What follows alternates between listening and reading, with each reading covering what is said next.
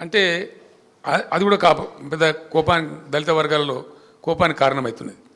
గొల్ల కుర్మలకు మేము గొర్రెలు ఇచ్చినామండి.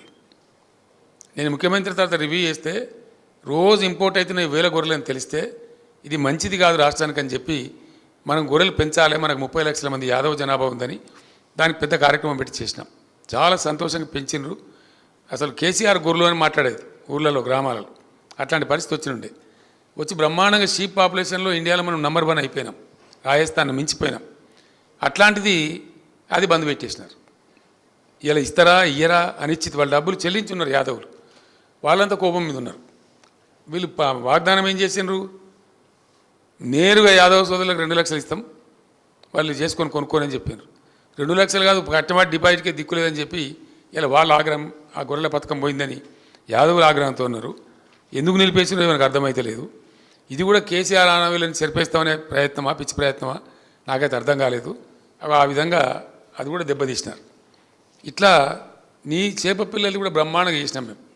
అద్భుతంగా మత్స్యకారులు వేల కోట్ల సంపద సంపాదించినారు. ఇలా చేపలు చెరువులలో ఎండిపోయి చచ్చిపోతూ ఉన్నాయి. వాళ్ళు కూడా అయోమయానికి గురైనరు. అది ఇబ్బంది జరిగింది.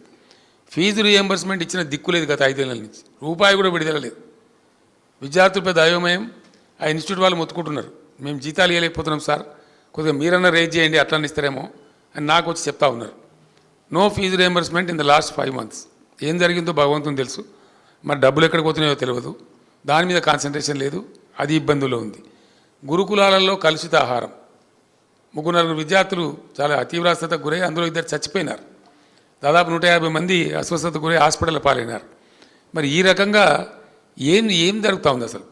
సమీక్ష లేదు, మన్ను లేదు, మందిని తిట్టడం, రైతు బంధు అడితే చెప్పుతోని కొడతాను అనడం, ఇటువంటి దురుసు మాటలు తప్ప, అతి ప్రవర్తన తప్ప ఏ ఒక్కటి కూడా లేదు. ఓవర్సీస్ స్కాలర్షిప్ మేము 20 lakhs పెట్టినాం. ఇండియాలో ఏ రాష్ట్రంలో లేదు. పేద పిల్లలు చదువుకోవాలని అంబేద్కర్ గారి పేరు మీద, పూలే గారి పేరు మీద మేము ఒక 20 లక్షల ఓవర్సీస్ స్కాలర్షిప్ పెట్టి విజయవంతంగా ఇచ్చినాం. ఈవెన్ బ్రాహ్మణులలో ఉన్న నిరుపేదలకు కూడా ఇచ్చినాం. అది కంప్లీట్ క్లోజ్ చేసి పడేసినారు, అది బంద్ చేశారు. ఇట్లా అనేక రంగాలలో ఈవెన్ హెల్త్ డిపార్ట్మెంట్లో కూడా న్యూట్రిషన్ కిట్లు బంద్ చేసినారు, కేసీఆర్ కిట్లు బంద్ చేసినారు. దాని మీద లేబుల్స్ అంటిస్తూ ఉన్నారు కేసీఆర్ పేరున్నదని. అట్లనే అనేక దుర్మార్గ కార్యక్రమాలు జరుగుతూ ఉన్నాయి. వాటిని బంద్ పెట్టినారు. సీఎంఆర్ఎఫ్ అంటే అసలు మునుపు ఈజీగా ఒక ఎమ్మెల్యేని కలిస్తే నిమిషాల లోపల తీసుకోవచ్చు అనేటువంటి అభిప్రాయం ఉండేది ప్రజలలో. ఎమ్మెల్యేనో ఎమ్మెల్సీనో ఎంపీ గారినో కలిస్తే సీఎంఆర్ఎఫ్ అడిగితే అసలు వద్దనకుండా ఇచ్చినాం మేము, నో అనకుండా ఇచ్చినాం. లక్షలాది కుటుంబాలు బాగుపడ్డాయి సీఎంఆర్ఎఫ్తో. అది కంప్లీట్ డెడ్ స్టాప్ చేసినారు. ఎప్పటి నుంచి ఇస్తారో తెలియదు. అది కూడా చాలా తీవ్రమైనటువంటి కోపం జరిగింది, ప్రజలలో బాగా కోపం ఉంది. అది కూడా ఒక రకంగా ఉన్నాయి. ఇట్లా చాలా చాలా చెడ్డ మాటలు మాట్లాడి అతి దురుసు ప్రవర్తన పోయినారు.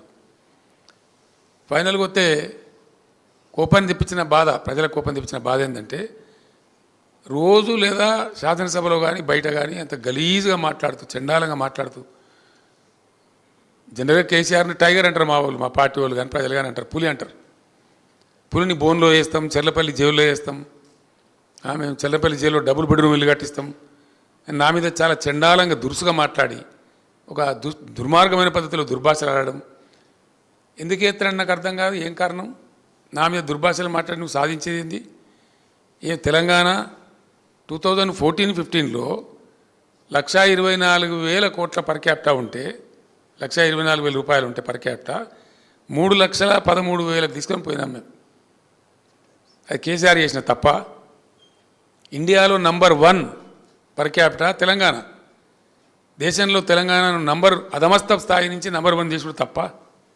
అట్లనే తెలంగాణ జిఎస్డిపి 4,17 లక్షలు ఉంటే 2014-15లో 24కి వచ్చేటప్పటికి 14.5 lakhs crores తీసుకొని పోయినాం. అద్భుతమైన గ్రోత్. అసలు జిఎస్డిపి గ్రోత్లో దేశ సగటు కంటే చాలా ఎక్కువ, మల్టిపుల్ గ్రోత్. తప్ప దానికోసం కేసీఆర్ని దుర్భాషలాడన్నా, కేసీఆర్ని నిందించన్నా? What it is. అదేవిధంగా అన్ని రంగాలకు 24 గంటల నిరంతర నాణ్యమైన విద్యుత్ ఇచ్చిన ఒకే రాష్ట్రంగా తెలంగాణ తీర్చిదిద్దిండు కేసీఆర్. అందరికి తెలిసింది, ప్రజలు అనుభవించినది, ప్రజల అనుభవంలో ఉన్న వచ్చేది స్టోరీ కాదు. దానికోసం దుర్భాషలాడన్నా? వ్యవసాయానికి 24 గంటల ఉచిత కరెంట్ ఇచ్చిన ఒకే ఒక్క రాష్ట్రం తెలంగాణ. రైతులకు మీటర్లు పెట్టమని మోడీ చెప్తే 25,000 కోట్లు కట్ చేసినా కూడా తల దించకుండా నేను మోటార్లు పెట్టలే. వాళ్ళకి నడిపినాం, వాళ్ళకి కాపాడినాం. దానికోసం కేసీఆర్ని దుర్భాషలాడన్నా? దేనికోసం దుర్భాషలాడాలా? దేనికోసం నిందించాలి కేసీఆర్ను? వడ్ల ఉత్పత్తిలో పంజాబ్ను తలదన్ని అగ్రగామి రాష్ట్రంగా నిలబెట్టినందుక? దేనికోసం తలదన్నాలా? ఎందుకోసం తలదన్నాలా? అత్యధిక పచ్చదనంలో 7% పెంచిరని చెప్పి సెంట్రల్ ఆ గ్రీన్ అథారిటీ వాళ్ళు అవార్డు ఇచ్చిన తెలంగాణకు ఎన్నో అవార్డులు వచ్చినాయి. దానికోసం కిందిమిచ్చేయన్నా? సంక్షేమంలో దేశంలో నంబర్ 1 రాష్ట్రంగా తీర్చిదిద్దానికి కిందిమిచ్చేయన్నా? దేనికోసం చేయాలా?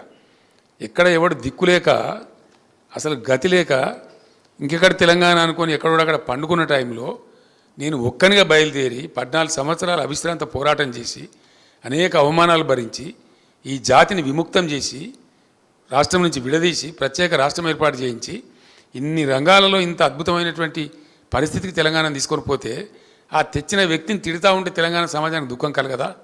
బాధ కలగదా? గుండెలో తడినోనికి, తెలంగాణ మేధావికి, తెలంగాణ అస్తిత్వం పట్ల ఆరాటం ఉన్న వాళ్ళకు బాధ కలుగుతుంది కదా సహజంగానే. అది కూడా ఒక పెద్ద భయంకరమైన వాళ్ళే కొనుక్కున్నారు. ఇట్లా చాలా చాలా ర్యాంక్స్ నేను చెప్తే ఒక 100 ఉన్నాయి. Health survival index, world happiness index, ఎన్నో వాటిల్లో తెలంగాణ ఎన్నిట్లలోనూ ఉంది. రైతు బంధు లాంటిది అయితే జెండర్ ఈక్విటీ ఇండెక్స్ కావచ్చు, డెమోక్రసీ ఇండెక్స్ కావచ్చు, హ్యూమన్ డెవలప్మెంట్ ఇండెక్స్ కావచ్చు. అసలు దేశ సగటు మాకు ఎక్కడ లేదు. మేము అందరంత దూరం పోయినాం. ఏ రాష్ట్రం కూడా మాకు సమీపంలో లేకుండే. ఇవన్నీ కూడా చేసినాం.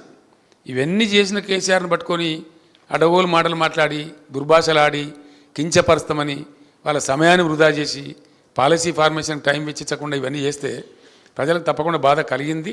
ఆ ఆగ్రహం ఇప్పుడు వీళ్ళు చవి చూడబోతూ ఉన్నారు. ఇక భారతీయ జనతా పార్టీ మరొక పార్టీ, అది సరే. అయితే ఇప్పుడు భారతీయ జనతా పార్టీ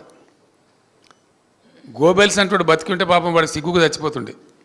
అంత భయంకరమైన గోబెల్స్ ప్రచారం చేస్తుంది భారతీయ జనతా పార్టీ.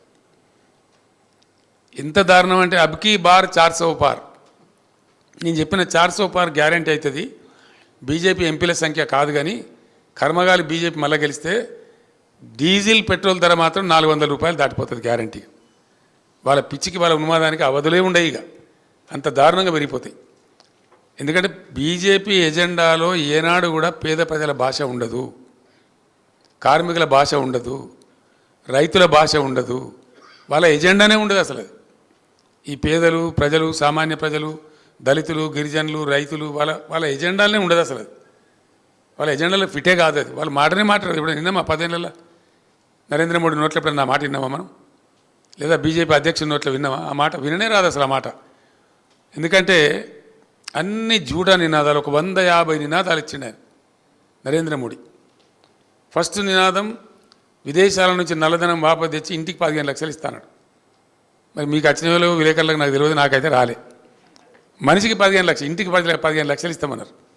కంప్లీట్ జూటా. మళ్ళీ తర్వాత ఇమ్మీడియట్గా ఓ చునావీ జుమ్లాతా అన్నారు. చునావీ జుమ్లా, ఎన్నికలలో చెప్పిన జుమ్లా అని, అది జుమ్లా పార్టీ, జూటా పార్టీ అని చెప్పి వాళ్ళే మళ్ళా ప్రకటించుకున్నారు. ఇక సబ్కా సాత్ సబ్కా వికాస్